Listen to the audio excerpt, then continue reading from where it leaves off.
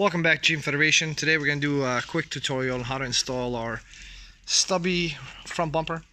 This comes with a recessed winch plate. It allows for two pods to be installed in the front. We're using Gen C 20-watt LED pods. The bull bar will also allow you to install a 22-inch or so slim LED light bar. And with this recessed winch plate, you do not have to relocate the vacuum pump on 2012 and newer. So this is a 2007.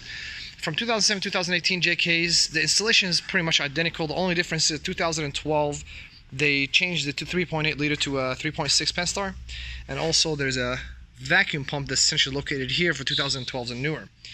So with this winch plate, you don't have to relocate that. Some recessed winch plates, basically they'll have to relocate the vacuum pump, which you'd have to buy basically a relocation bracket and go through the hassle of doing that. With this system, this bumper, you will not do that. And we're going to show you how to install that here in just a second. Alright, so to start, first we're going to provide you two of these brackets here. And these will be utilized for the winch plate itself. So you're going to have basically these two slots on the frame. And let me just focus here.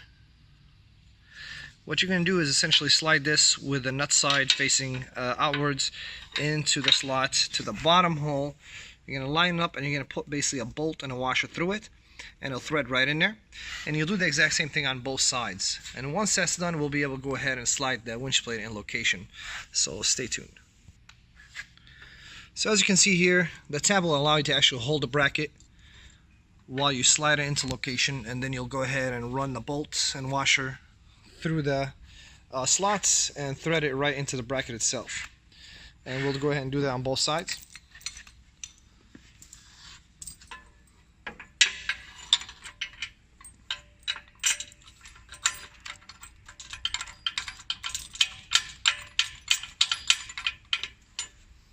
And you don't have to put it on there tight, because what we're going to do is we're going to put the winch plate in there, and then we're going to go ahead and tighten it at that time. So if you go ahead, grab a winch plate.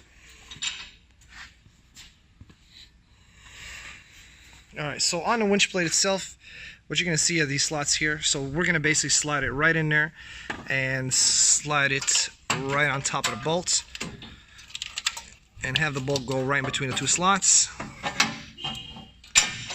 Perfect.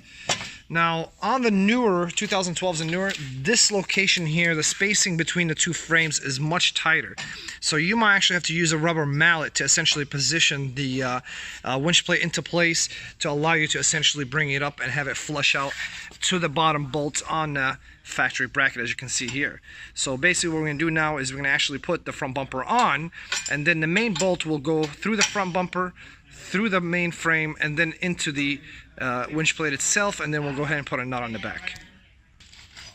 Now if you do have a 2012 or newer and you have the vacuum pump will have two nuts on there. All you have to do is actually remove one of the nuts, which allow you to kind of take the vacuum pump and pull it out a little bit just to slide this into place. Once that's done, you can basically put it right back in and tighten that nut.